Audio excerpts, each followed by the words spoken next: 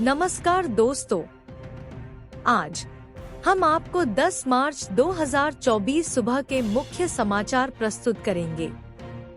कृपया नीचे कमेंट करके बताएं कि आप किस क्षेत्र से हिमाचल न्यूज सुन रहे हैं।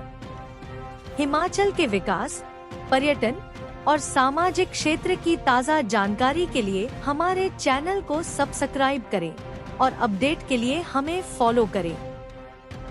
अपने समाचार वीडियो हमारे साथ साझा करें, चाहे वह स्थानीय घटनाएं हों, दिलचस्प कहानियां हों या कुछ भी रोमांचक हो, हम जानना चाहते हैं। बेझिझक अपने वीडियो लिंक छोड़ें या हमें टैग करें। आइए जुड़े रहें और उन कहानियों को साझा करें जो मायने रखती हैं। समाचार नंबर 1। सीएम ने सोलन विधानसभा क्षेत्र में 186 करोड़ की परियोजनाओं का किया उद्घाटन और शिलान्यास। मुख्यमंत्री सुखविंदर सिंह सुक्खू ने आज सोलन विधानसभा क्षेत्र में लोगों को लगभग 186 करोड़ रुपए लागत की विकासात्मक परियोजनाओं की सौगात दी। उन्होंने 7 करोड़ रुपए की लागत से निर्मित 33/11 केवी विद्युत उप केंद्र सायरी, 1.19 करोड़ रुपए की लागत से निर्मित लोक निर्माण विभाग के सायरी स्थित विश्राम गृह, 3.49 करोड़ रुपए की लागत से निर्मित महोगमतिमू बशील मार्ग का लोकार्पण किया। उन्होंने पुलिस थाना सायरी, 12.17 करोड़ रुपए के कृषि विभाग के उपनिदेशक कार्यालय भवन व आवासीय परिसर, 1.83 करोड़ रुपए के जायका के अंतर्गत कृषक प्रशिक्षण केंद्र, 1.29 करोड़ रुपए लागत के राजस्व सदन सोलन, 1.10 करोड़ रुपए की स्ट्रीट वेंडर मार्केट सपरून और 32 करोड़ रुपए की लागत से निर्मित औषधि परीक्षण प्रयोगशाला बद्दी का लोकार्पण किया। मुख्यमंत्री ने 7.37 करोड़ रुपए से निर्मित होने वाले ममलीग से कोट तक मार्ग के स्तरोन्यन, 6.02 करोड़ रुपए लागत के शारदा घाट से डवलोग तक मार्ग के स्तरोन्यन, 15.76 करोड़ रुपए लागत के वाकना घाट से सुबाथू मार्ग तथा 7 करोड़ रुपए की लागत से बनने वाले डूमहर से गंबर पुल का शिलान्यास किया। उन्होंने 5.58 करोड़ रुपए लागत के पौघाट से पलाह मार्ग, 7.19 करोड़ रुपए के टिकरी टनांजी मार्ग, 29.30 करोड़ रुपए के सोलन से धरजा मार्ग के स्तरोन्यन कार्य की आधारशिला रखी।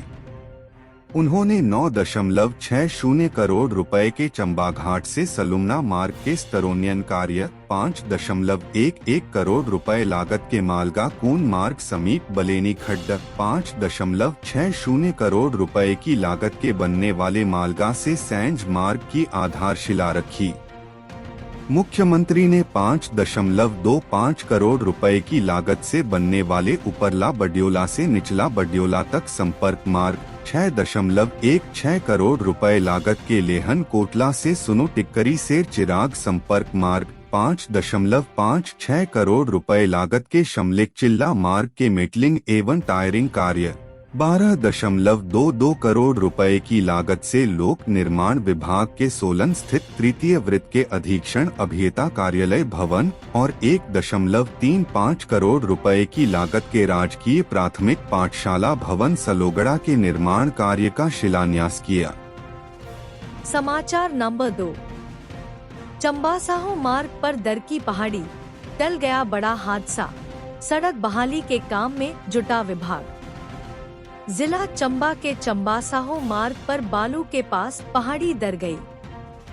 गनीमत यह रही कि जिस वक्त पहाड़ी दरकी उस दौरान सड़क पर वाहनों की आवाजाही नहीं हो रही थी, जिसके चलते एक बड़ा हादसा होने टल गया। वहीं पहाड़ी दर करने से सड़क पर वाहनों की आवाजाही थम गई है। घटना की सूचना मिलते ही विभागीय टीम ने भी मौके पर पहुंचकर स्थिति का जायजा लिया। लोक निर्माण विभाग की टीम ने सड़क की बहाली का काम शुरू कर दिया है। उम्मीद है कि जल्द ही सड़क को यातायात के लिए बहाल कर दिया जाएगा। समाचार नंबर 3। उत्तराखंड में हिमाचल के बागी विधायकों के इर्द गिर्द सीआरपीएफ होटल के बाहर कड़ा पहरा। हिमाचल के बागी विधायकों का डेरा ऋषिकेश शिफ्ट होते ही अब राजनीतिक हलचल का केंद्र भी बदल गया है। शुक्रवार को पंचकूला से 6 बागियों समेत 3 निर्दलीय विधायकों के साथ ही 2 भाजपा विधायक ऋषिकेश पहुंच गए थे। यहां उन्हें एक होटल में ठहराया गया है।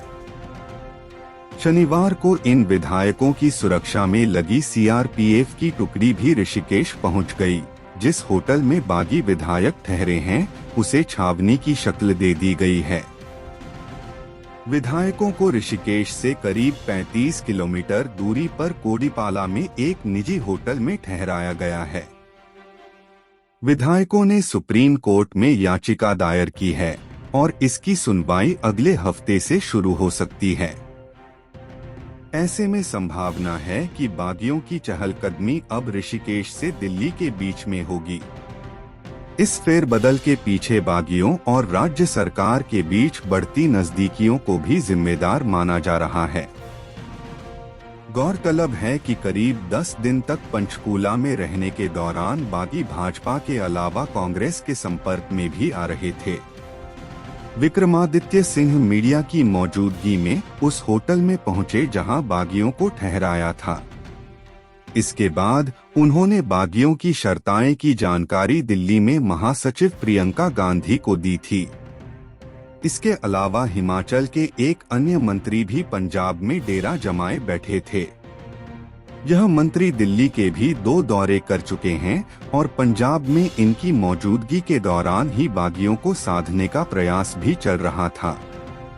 मुख्यमंत्री सुक्खू ने कहा था कि कोई घर वापसी करना चाहे तो उसके लिए दरवाजे खुले हैं। ऋषिकेश में बागी विधायकों के साथ 3 निर्दलीय और 2 भाजपा विधायक भी होटल में घूमते हुए गुफ्तगू करते दिखे।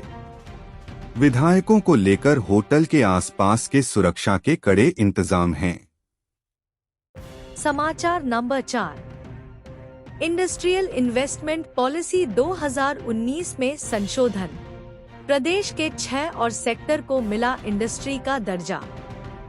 हिमाचल के सीमावर्ती क्षेत्र के अलावा प्रदेश के मध्य हिस्से तक उद्योगों को पहुंचाने के लिए राज्य सरकार ने एक बड़ा फैसला किया है। कैबिनेट ने Himachal Pradesh industrial investment policy 2019 में संशोधन करते हुए 6 नए सेक्टर्स को इस पॉलिसी का हिस्सा बनाया है। इसके बाद अब टूरिज्म, हेल्थ और एजुकेशनल एक्टिविटी को भी इंडस्ट्री का दर्जा मिल गया है। उद्योग विभाग के प्रधान सचिव आरडी नजीम की ओर से जारी अधिसूचना के अनुसार सरकार ने 16 अगस्त 2019 को नोटिफाई की गई इंडस्ट्रियल पॉलिसी में संशोधन किया है। इसके साथ ही इस पॉलिसी के नियम भी बदले गए हैं, जिनमें उद्योगों को इंसेंटिव, कंसेशन या अन्य तरह की सुविधाएं दी जाती हैं।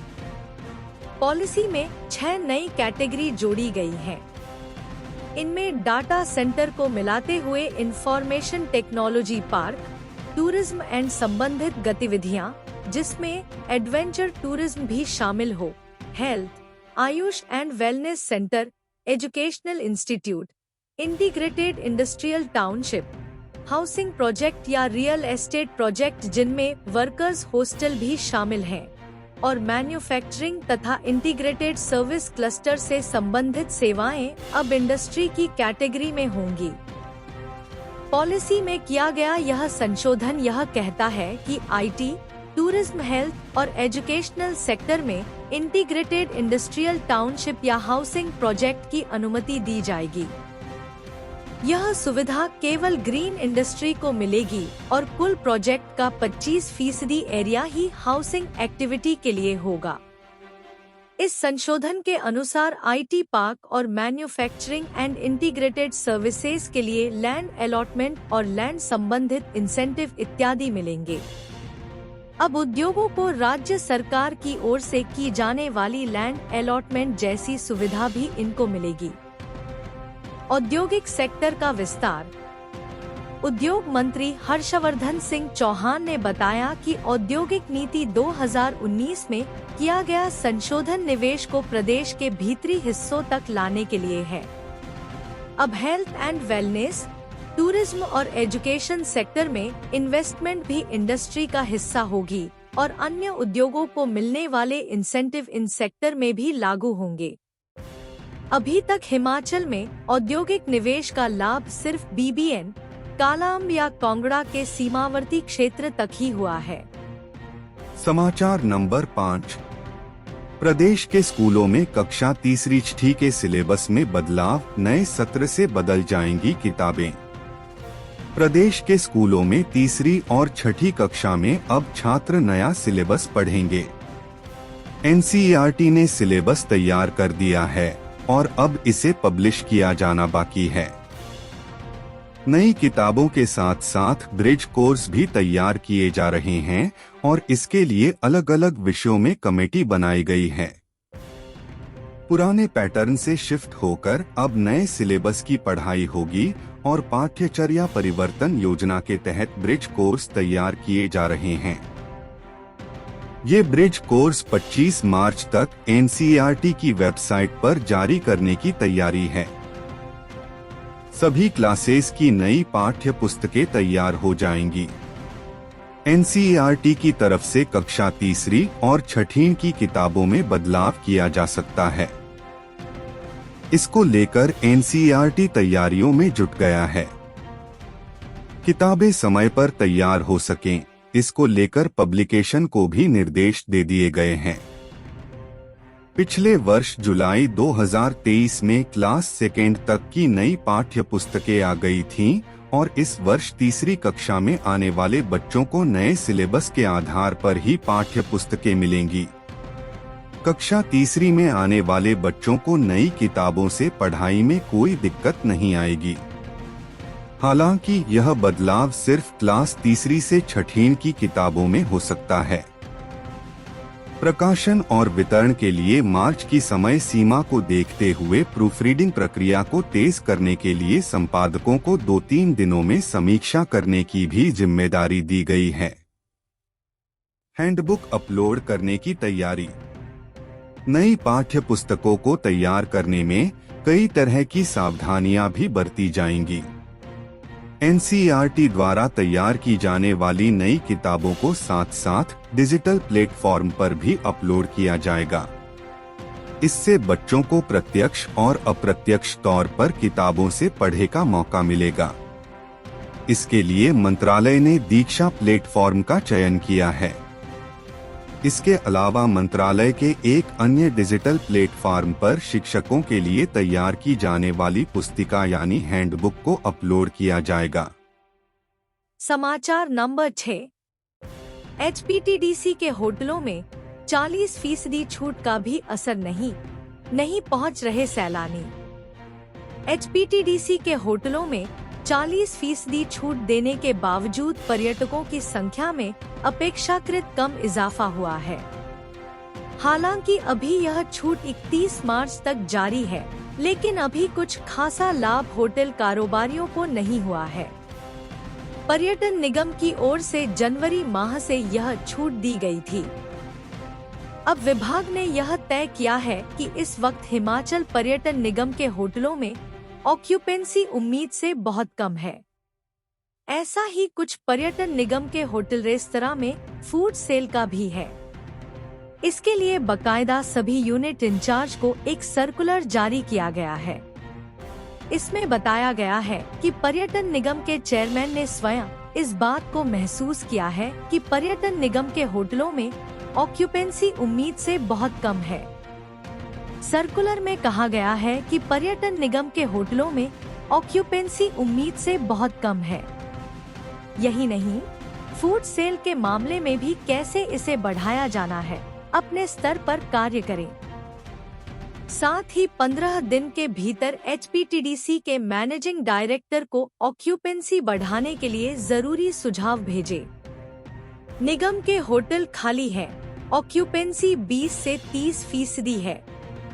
निगम प्रबंधन के लिए खर्चे चलाना मुश्किल हो गया है। हिमाचल में बरसात के दौरान आई भीषण आपदा के बाद सैलानियों की आमद में भारी गिरावट आई है। प्रदेश में बर्फबारी न होने से सैलानी कम संख्या में ही हिमाचल का रुख कर रहे हैं। न्यू ईयर के जश्न के दौरान भी हिमाचल में सैलानियों की संख्या गत सालों के मुकाबले बहुत कम रही। जनवरी के पहले हफ्ते में हिमाचल प्रदेश के पर्यटन स्थल सैलानियों से गुलजार रहते थे, लेकिन इस साल पर्यटन स्थल सूने हैं। ऐसे में अब पर्यटन विभाग ने इस ओर विशेष ध्यान देने की बात कही है। समाचार नंबर 7।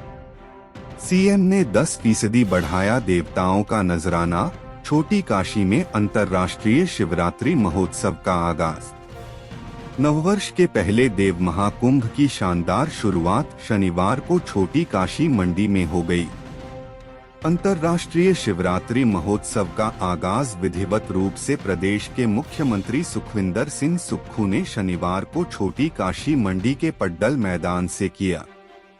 अंतर्राष्ट्रीय शिवरात्रि महोत्सव में भगवान राजमाधव की पहली शाही जलेब राजमाधव मंदिर से लेकर पड्डल मैदान तक निकाली गई, जिसमें हजारों देवलू और 27 देवी देवताओं ने नाचते गाते शिरकत की। इस जलेब में भगवान राजमाधव भी पूरी शानो शौकत के साथ अपनी पालकी में सवार होकर निकले, जबकि मुख्यमंत्री सुखविंदर सिंह सुक्खू ने खुली जीप में सवार होकर लोगों का अभिनंदन स्वीकार किया। वहीं पहली शाही जलेब को देखने के लिए हजारों लोग उमड़े और उपायुक्त कार्यालय से लेकर पड्डल मैदान में पहुंचने में ही जलेब को 1.5 घंटे से अधिक का समय लग गया। वहीं पड्डल मैदान में लोगों को संबोधित करते हुए मुख्यमंत्री सुखविंदर सिंह सुक्खू ने देवी देवताओं को नमन किया और देवताओं के नजराने के साथ ही बजंत्रियों के मानदेय में भी 10% की बढ़ोतरी करने की घोषणा की। उन्होंने कहा कि प्रदेश सरकार देवी देवताओं में विश्वास रखती है और देव समाज की जो भी मांगे होंगी उन्हें पूरा किया जाएगा। उन्होंने कहा कि हमारी देवी देवताओं के प्रति अपार श्रद्धा है और इनके आशीर्वाद से सरकार अपने 5 वर्ष पूरे करेगी। इससे पहले मुख्यमंत्री उपायुक्त कार्यालय में पगड़ी बांधने की रस्म में शामिल हुए। शिवरात्रि महोत्सव की मुख्य पगड़ी सबसे पहले प्रशासन द्वारा मुख्यमंत्री सुखविंदर सिंह सुक्खू को बंधवाई गई। इसके बाद मुख्यमंत्री सुखविंदर सिंह सुक्खू ने मंडी आराधे राजमाधव की उनके मंदिर में जाकर पूजा अर्चना की। इसके बाद वह खुली जीप में अपने सहयोगियों के साथ सवार होकर निकले और लोगों का अभिनंदन स्वीकार किया। पड्डल मैदान पहुंचने के बाद मुख्यमंत्री ने विभिन्न सरकारी विभागों द्वारा लगाई गई प्रदर्शनियों का भी उद्घाटन किया। उन्होंने अंतर्राष्ट्रीय शिवरात्रि महोत्सव की स्मारिका का भी विमोचन किया। बता दें कि अंतर्राष्ट्रीय शिवरात्रि महोत्सव का समापन 15 मार्च को होगा। 12 मार्च को शिवरात्रि महोत्सव की दूसरी शाही जलेब निकाली जाएगी, जबकि 15 मार्च को अंतिम शाही जलेब और चौटा की जातर के बाद अंतर्राष्ट्रीय शिवरात्रि महोत्सव का समापन हो जाएगा, जिसके बाद देवी देवता अपने घरों को लौट जाएंगे। शिवरात्रि महोत्सव के दौरान 6 सांस्कृतिक संध्याओं का आयोजन भी किया जा रहा है। इस अवसर पर मुख्य संसदीय सचिव सुंदर सिंह ठाकुर, विधायक अनिल शर्मा, विधायक चंद्रशेखर, भुवनेश्वर गौड़, सुरेश कुमार, कांगड़ा केंद्रीय सहकारी बैंक के अध्यक्ष कुलदीप पठानिया, एपीएमसी अध्यक्ष संजीव गुलेरिया, महापौर वीरेंद्र भट्ट, पूर्व मंत्री कौल सिंह ठाकुर, पूर्व संसदीय सचिव सोहन लाल ठाकुर, कांग्रेस नेता चंपा ठाकुर, पवन ठाकुर, जीवन ठाकुर, उपायुक्त अपूर्व देवगन, पुलिस अधीक्षक साक्षी वर्मा व सर्व देवता समिति के अध्यक्ष शिवपाल शर्मा सहित मेला समिति के सभी पदाधिकारी और बड़ी संख्या में स्थानीय लोग उपस्थित रहे। ये देवी देवता जलेब में हुए शामिल। शिवरात्रि महोत्सव की पहली जलेब में करीब 27 देवी देवताओं ने भाग लिया।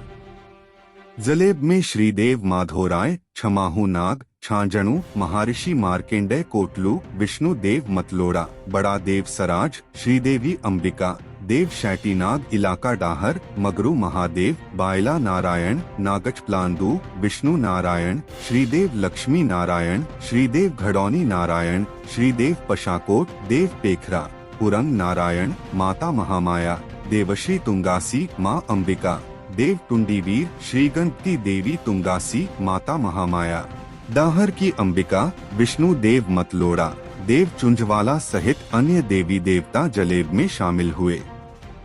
186 से अधिक देवी देवता पहुँचे और आने की उम्मीद।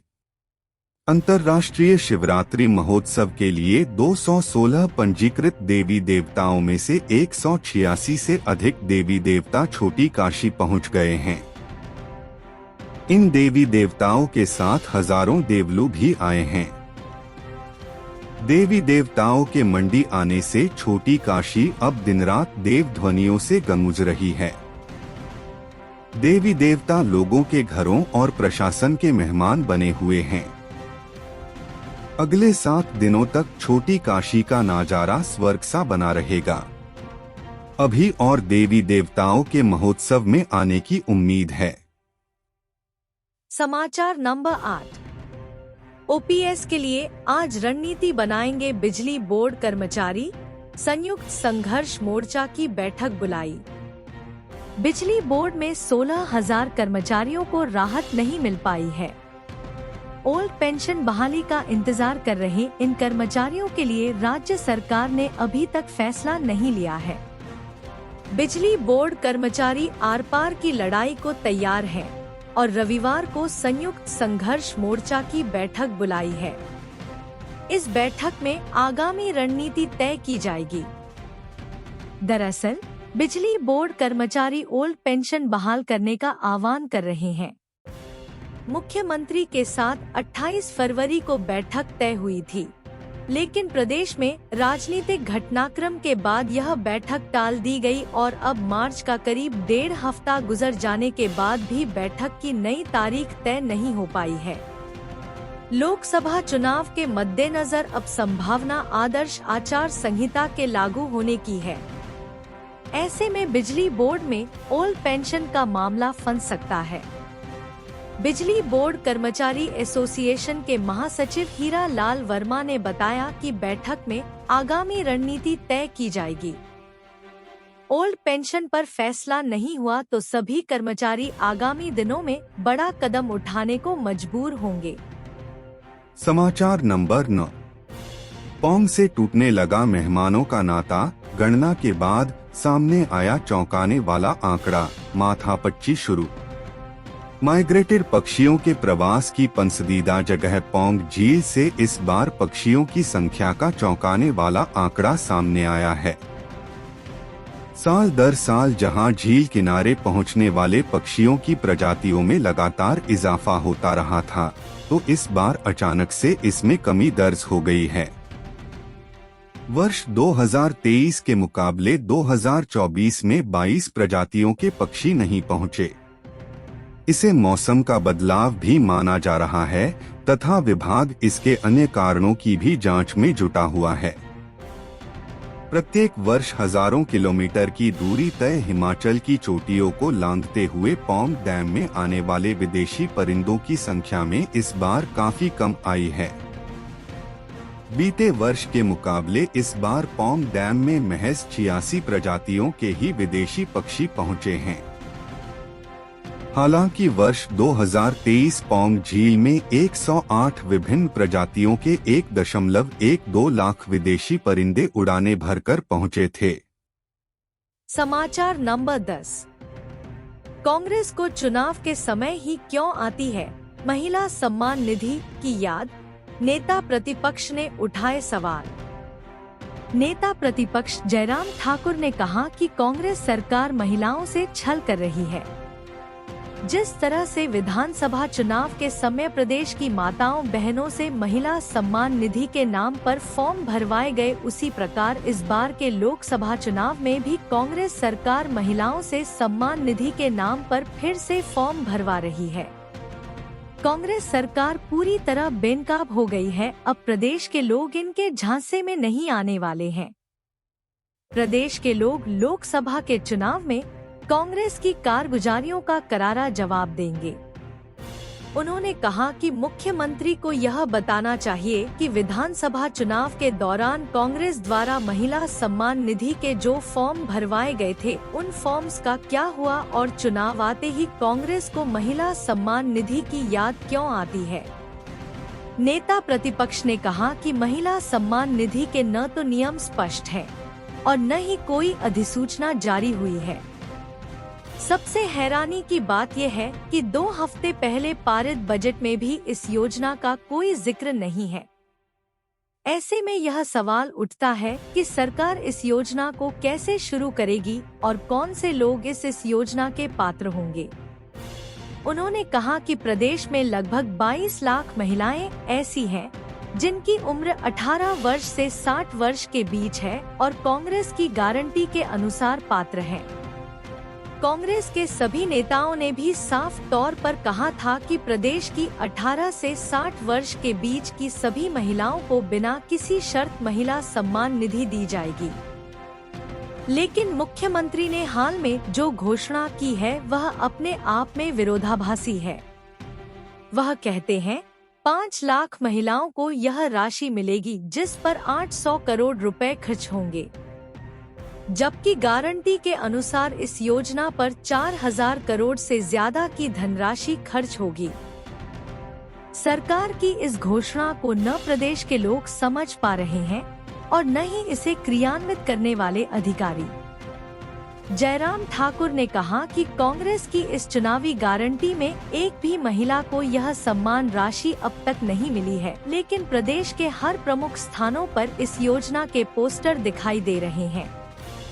उन्होंने कहा कि सरकार इस योजना के तहत माताओं बहनों को योजना का लाभ देने की बजाय सरकार इस योजना के प्रचार प्रसार पर ही पैसे खर्च कर रही है। नेता प्रतिपक्ष ने कहा कि सरकार झूठी योजनाओं के प्रचार प्रसार के बजाय जनहित के कामों पर धन राशि खर्च करे तो ज्यादा बेहतर होगा। उन्होंने कहा कि इस बार सरकार के किसी भी झूठ फ्रेब में हिमाचल के लोग आने वाले नहीं हैं। हर हिमाचली यह जानता है कि कांग्रेस झूठ बोलकर सत्ता में आई है और झूठ बोलकर ही सत्ता में बने रहना चाहती है। इसलिए इस बार प्रदेश के लोग कांग्रेस को उसके हर झूठ का सही जवाब देने वाले हैं।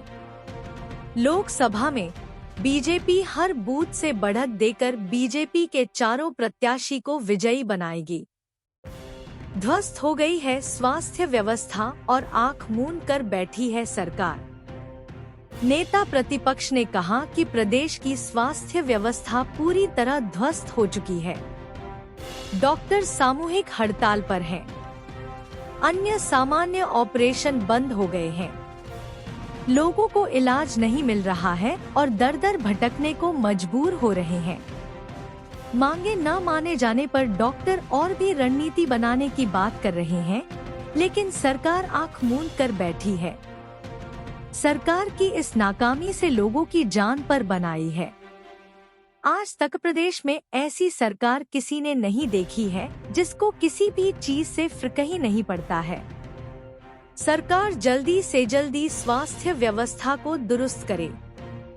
नमस्कार दोस्तों, आज हम आपको 9 मार्च 2024 रात के मुख्य समाचार प्रस्तुत करेंगे। कृपया नीचे कमेंट करके बताएं कि आप किस क्षेत्र से हिमाचल न्यूज सुन रहे हैं। हिमाचल के विकास, पर्यटन और सामाजिक क्षेत्र की ताज़ा जानकारी के लिए हमारे चैनल को सब्सक्राइब करें और अपडेट के लिए हमें फॉलो करें। अपने समाचार वीडियो हमारे साथ साझा करें, चाहे वह स्थानीय घटनाएं हों, दिलचस्प कहानियां हों या कुछ भी रोमांचक हो, हम जानना चाहते हैं। बेझिझक अपने वीडियो लिंक छोड़े या हमें टैग करें। आइए जुड़े रहें और उन कहानियों को साझा करें जो मायने रखती हैं।